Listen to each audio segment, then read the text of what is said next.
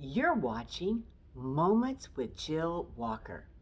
Today I'm talking about the mouth. That's right, the mouth. The Bible has a lot to say about the mouth.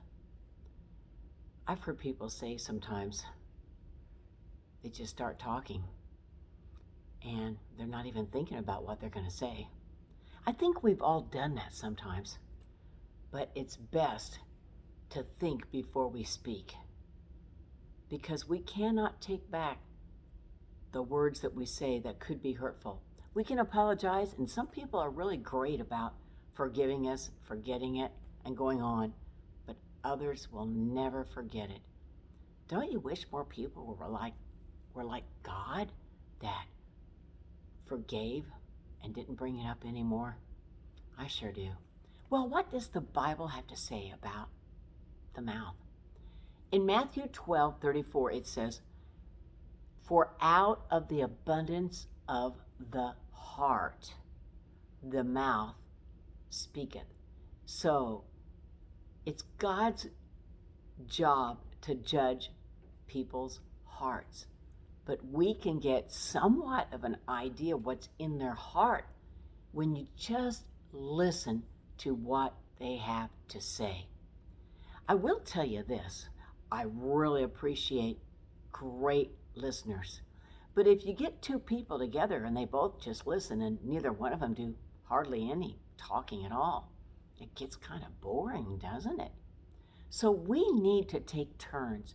And I know there are times when in a relationship one might do more talking than the other, especially if they're burdened and they need prayer or something heavy is on their mind. Then that is appropriate to be a great listener and let them dominate the conversation, because sometimes people just need a sounding board.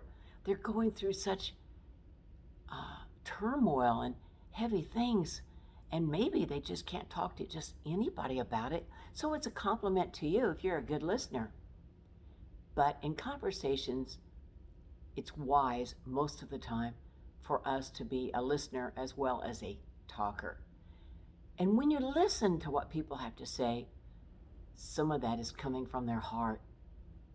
You're getting to know them in their heart when you are a good listener and you see that their heart is revealing some things you can pray about.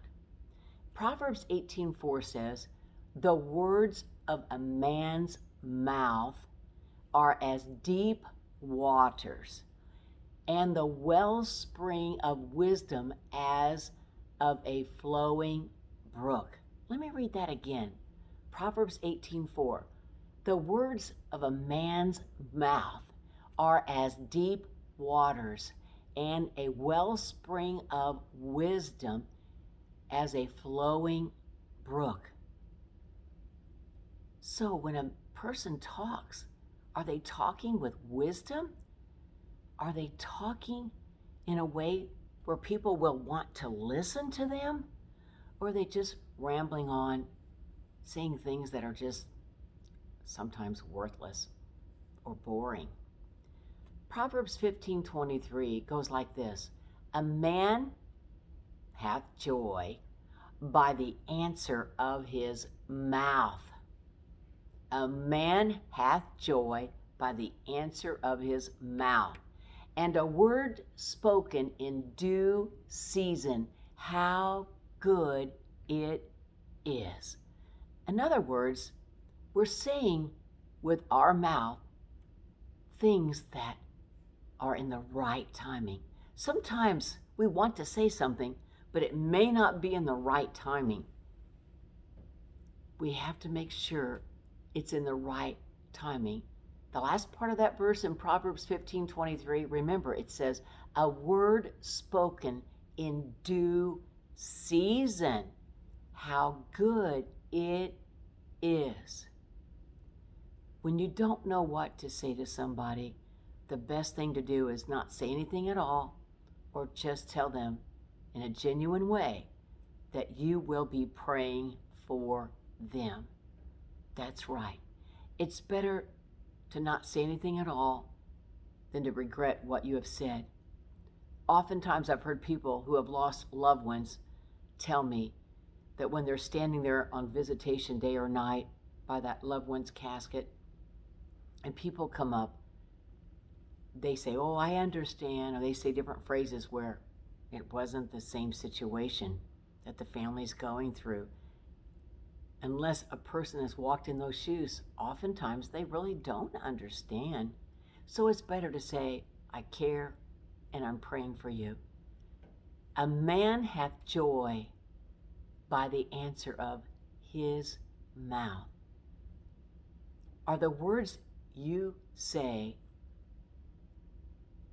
bringing joy to other people and also making you happy that God has used you in bringing joy?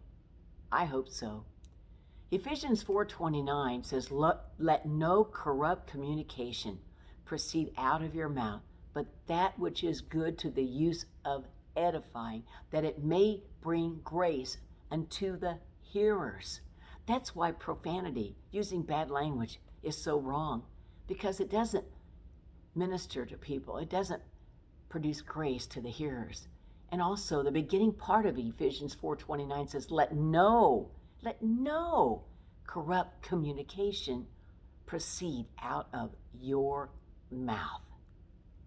Finally, the last verse is really a good one. They've all been good, I think, but this one is really good. It's worth memorizing. It's found in Psalms 141, verse 3. "Set a watch, O Lord, before my mouth, and keep the door of my lips." In other words, your mouth is like a door when you open and close it. And if you don't know the right words to say, it's better to keep it shut. But when you do open it, may it minister to people. So you're saying a prayer in that verse of Psalms 141, verse 3. As a prayer, we can close with this. "Set a watch, O Lord, before my mouth, and keep the door of my lips." Amen. You've been watching Moments with Jill Walker. God bless you today.